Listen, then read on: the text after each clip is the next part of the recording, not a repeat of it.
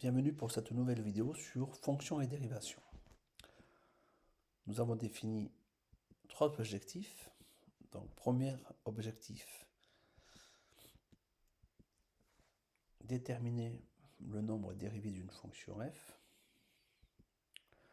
Deuxième objectif, utiliser les formules et les règles de dérivation. Et enfin, le troisième objectif, c'est d'étudier sur l'intervalle donné les variations d'une fonction. Petit 1, définition d'une fonction dérivée.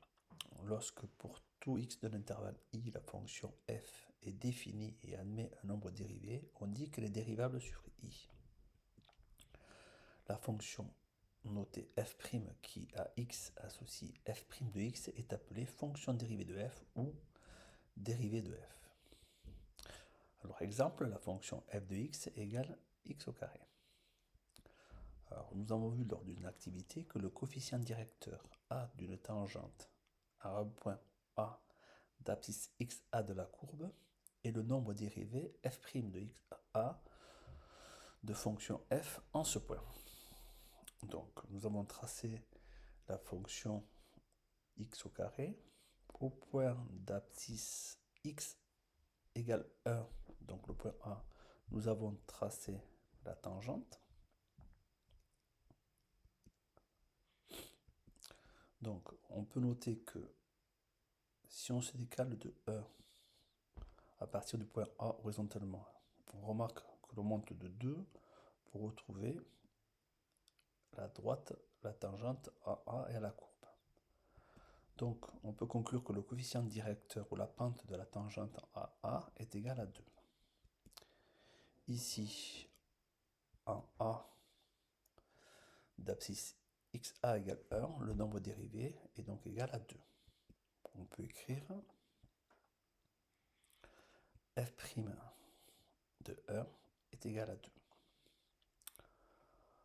Alors on va essayer de déterminer quelle va être la fonction dérivée de la fonction x au carré. Pour ceci, on a tracé x au carré en bleu et pour différents points, nous allons déterminer le nombre dérivé. Alors on commence par le point A d'abscisse x égale 1. Donc en se plaçant sur le point A d'abscisse égale 1, en se décalant de 1 sur la droite, donc horizontalement, et on monte de 2 pour retrouver la tangente correspondante. Et on a donc A qui est ici égal à 2, puisque la pente ou le coefficient directeur est égal à 2. On peut conclure que le nombre dérivé f' de 1 est égal à 2. On va faire la même chose pour le point B. Ce point B est positionné à x égale 2. Donc à partir de ce point B, on va se décaler de un carreau sur la droite horizontalement. Et pour retrouver la tangente qui passe par le point B, on monte de 4. Donc on peut dire que le coefficient directeur de cette tangente est égal à 4. Et on peut noter que f' de 2 est égal à 4. Même chose pour le point C. D'abscisse x égale à 0. On remarque ici que la tangente est horizontale, donc n'a pas de pente, donc on peut conclure que A est égal à 0, donc le nombre dérivé est égal à 0. Pour x égale à 0, donc f' de 0 est égal à 0. Même chose pour le point D, d'abscisse x égale à moins 1. On se positionne sur le point D, on se décale de 1 rang vers la droite, horizontalement. On remarque pour retrouver la tangente, on descend de 2, donc moins 2. Donc on peut conclure que le coefficient directeur ou la pente de la tangente est égal à moins 2. Donc A est égal à moins 2. On peut conclure que f' de moins 1 est égal à moins 2. Et enfin pour le point E, donc pour x égale moins 2, on se décale également de 1 horizontalement. On va descendre de 4 carreaux pour retrouver la tangente qui passe par le point E. Donc la pente est égale à moins 4, le coefficient directeur est égal à moins 4, donc A égale à moins 4. On peut donc conclure que f' de moins 2 est égal à moins 4. Ainsi, on peut alors noter dans le tableau les informations suivantes. Donc pour x égale à moins 2, on a vu que le coefficient directeur de la pente est égal à moins 4. Donc le nombre dérivé est égal à moins 4. Pour x égale à moins 1, le nombre dérivé est égal à moins 2. Pour x égale à 0, le nombre dérivé est égal à 0. Pour x égale 1, le nombre dérivé est égal à 2. Et enfin, pour x égale 2, le nombre dérivé est égal à 4. On peut remarquer que pour passer de x à f' de x, on multiplie donc par 2. Ainsi, on peut alors écrire que f' de x est égal à 2x. Donc, qui est donc la fonction dérivée de la fonction f de x égale x au carré. Donc la fonction dérivée de x au carré est égale à 2x. Alors, on peut faire la même chose sur plusieurs fonctions dites de référence. Et on va déterminer à chaque fois les fonctions dérivées. Donc, on va voir ici un tableau qui reprend donc les différentes fonctions dérivées des fonctions de référence. Donc pour ax plus b, la fonction dérivée est égale à a. Pour x au carré, la fonction dérivée est égale à 2x. Pour x au cube est égale à 3x au carré. Pour racine carrée de x, la fonction dérivée c'est 1 sur 2 racine carrée de x. Et pour la fonction f égale 1x, la fonction dérivée est égale à moins 1 sur x au carré. Donc ces tableaux-là vous seront donnés et fournis pendant les évaluations ou pendant les séquences de cours. Donc on va prendre des exemples pour illustrer donc, ce tableau. Donc par exemple, si je prends la fonction f de x égale à 2x plus 3, on remarque que dans ce cas-là, on est dans le cas de la fonction ax plus b. Donc la fonction dérivée donc, est égale à a, donc le coefficient directeur a de 2x plus 3. Donc ici, donc, on remarque qu'on a ici f' de x est égal à 2. Si je reprends l'autre exemple avec la fonction, par exemple, f de x est égal à 2x à moins 3x plus 1. Donc on a la fonction ici ax plus b avec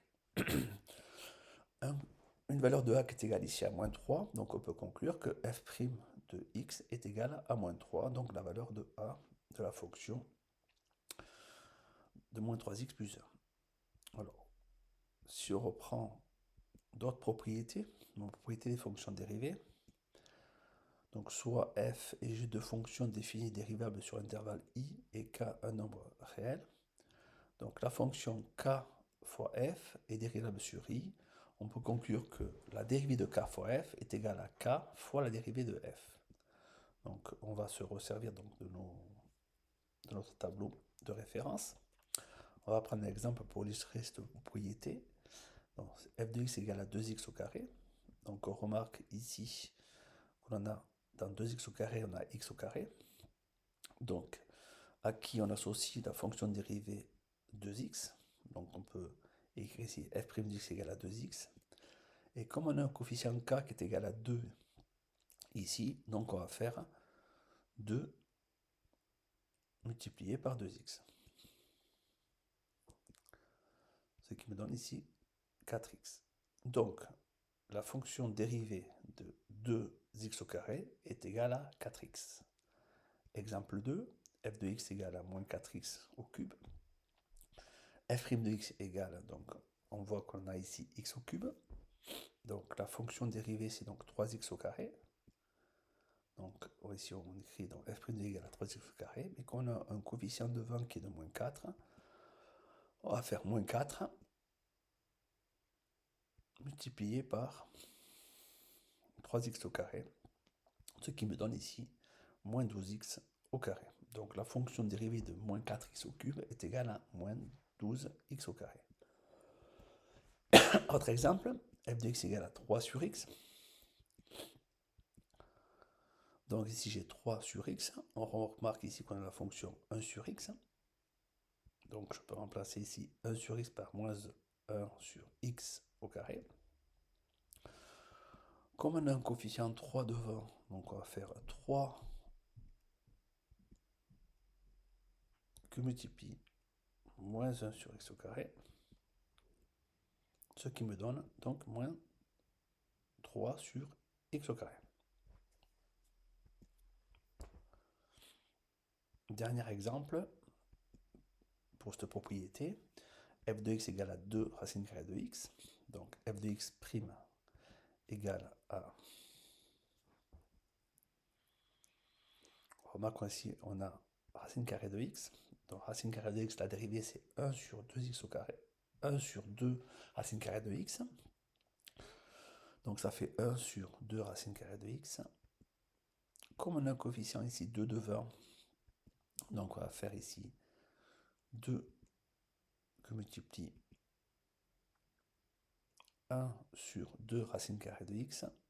On peut simplifier donc le numérateur et le dénominateur par 2. Donc la fonction dérivée de 2 racine carrée de x est égale à 1 sur racine carrée de x. Donc autre propriété, donc si on a une fonction f plus g qui est dérivable sur i, la dérivée de f plus g est égale à la dérivée de f plus la dérivée de g.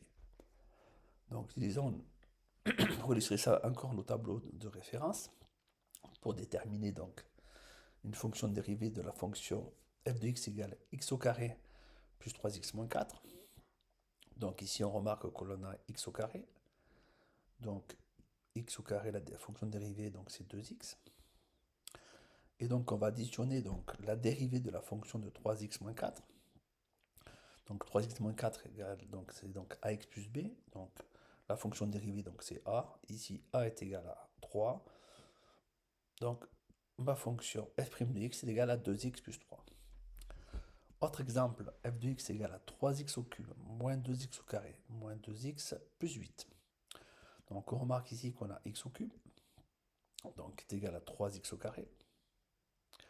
Donc on va ici utiliser la propriété présente avec le coefficient k, donc qui est égal à 3 ici.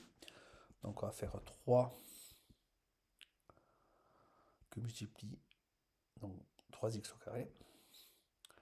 Ensuite, on remarque ici on a x au carré. Donc la dérivée, donc c'est 2x. Donc ici de même, on a un coefficient qui est égal à moins 2. Donc on va faire moins 2 que multiplier 2x. Et ensuite, on remarque qu'on a ici la fonction ax plus b. Donc on va garder le coefficient a comme fonction dérivée. Donc ici, le coefficient a est égal à moins 2. Donc ici, on a moins 2. Donc on simplifie ensuite. Donc on a 3 fois 3, ça fait 9x au carré. Moins 2 fois 2, 4x. Moins 2. Donc la dérivée de la fonction 3x au cube moins 2x au carré moins 2x plus 8 est égale à 9x au carré moins 4x moins 2. On va appliquer donc tout ceci à l'étude des variations d'une fonction, donc le troisième objectif. Donc soit f une fonction définie et dérivable sur l'intervalle i pour tout x appartenant à l'intervalle i. Si la dérivée f' de x est négative, alors la fonction est décroissante sur l'intervalle i. Si la dérivée est égale à 0, la fonction f est constante sur cet intervalle i. Et si f' de x est supérieur à 0, donc si la dérivée est positive, alors la fonction est croissante sur i. Alors, si pour une valeur x0 appartenant à i, f' de x s'annule, donc en changeant de signe, alors la fonction f passe par un extrémum, un minimum ou un maximum pour x égale x0. Ce qui signifie que lorsque l'on a ici, par exemple, pour une valeur de x, 0, on a la dérivée est égale à 0. Par exemple, sur l'intervalle précédent, donc x0, la dérivée est négative. Sur cet intervalle, la dérivée est positive. On peut dire que la fonction, dans ce cas-là, elle est décroissante, puis croissante. On dit qu'elle admet ici un minimum. De même, on peut avoir si pour x0 donc, est égal à 0, ça veut dire si pour x0 la dérivée s'annule, on peut avoir donc ici la dérivée qui est positive avant x0 et négative pour des valeurs supérieures à x0. Donc on peut conclure ici que la fonction est croissante et que la fonction est décroissante. Donc on dit que la fonction atteint ici un maximum. Alors on va illustrer tout ceci par un exemple. On va considérer la fonction f définie sur l'intervalle moins 5, 2 par f de x égale à 3x au carré plus 12x moins 5. Donc on va établir le tableau de variation de cette fonction. Première étape, c'est calculer la fonction dérivée. Donc f' de x égale. Donc pour ça, on va utiliser notre tableau de référence. Donc on remarque que dans ma fonction, j'ai x au carré. Dans x au carré, je vais donc... La fonction dérivée correspondante, c'est donc 2x. On remarque qu'on a un coefficient ici, k, qui est égal à 3. Donc on va faire 3 fois 2x. Ensuite, on remarque que l'on a ici plus 12x moins 5, donc ce qui correspond à x plus b. Donc on va garder ici donc, la valeur de a qui est égale ici à 12. Donc plus 12. Et on va donc noter qu'on va calculer en faisant 3 fois 2, 6x plus 12. Donc la fonction dérivée de notre fonction f, c'est f' de x égale à 6x plus 12. Deuxième étape, pour établir le tableau de variation de f, il faut dans un premier temps résoudre l'équation f' de x égale à 0. Comme f' de x est égal à 6x plus 12, donc on peut écrire que 6x plus 12 est égal à 0. Donc on résout l'équation en écrivant 6x égale à 0 moins 12. 6x donc est égal à moins 12 et x est égal à moins 12 divisé par 6. Et donc on a ici une valeur qui est égale ici à moins 2. Ce qui veut dire que votre dérivée est égale à 0 pour x égale moins 2. Donc on va étudier le signe de la dérivée donc, de f' de x sur l'intervalle moins 5, 2, puisque c'est l'intervalle sur lequel est définie notre fonction. Donc on a remarqué que pour x égale moins 2, notre dérivée est égale à 0, on va étudier son signe. Donc pour ça, on sait que la dérivée est égale à 6x plus 12, donc f' est égal à 6x plus 12. Je vais prendre la valeur de moins 5 ici. Donc je vais remplacer ici moins 5 dans ma dérivée. Donc f' de moins 5 va être égal à 6 fois moins 5, puisque x égale à moins 5, plus 12, ce qui me donne ici moins 18. Donc ma dérivée est donc négative, c'est pour ça que je marque un signe moins. Je fais la même chose pour x égale 2. Donc f de 2 donc, est égal à 6 fois 2 plus 12, ce qui est égal à 24. Si je remplace x par 2, donc 6 fois 2, 12 plus 12, 24. 24 étant positif, donc ma dérivée est donc positive sur l'intervalle moins 2, 2. En conclusion, ma dérivée elle est négative sur l'intervalle moins 5, moins 2. Elle est positive sur l'intervalle moins 2, 2, s'annulant pour x égale moins 2.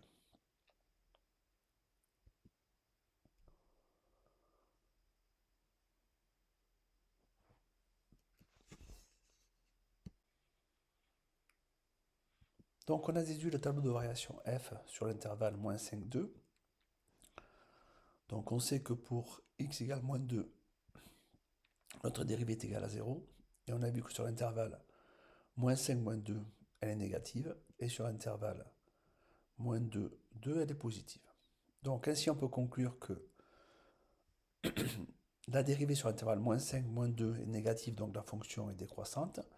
Sur l'intervalle moins 2, 2, la dérivée étant positive, votre fonction est croissante.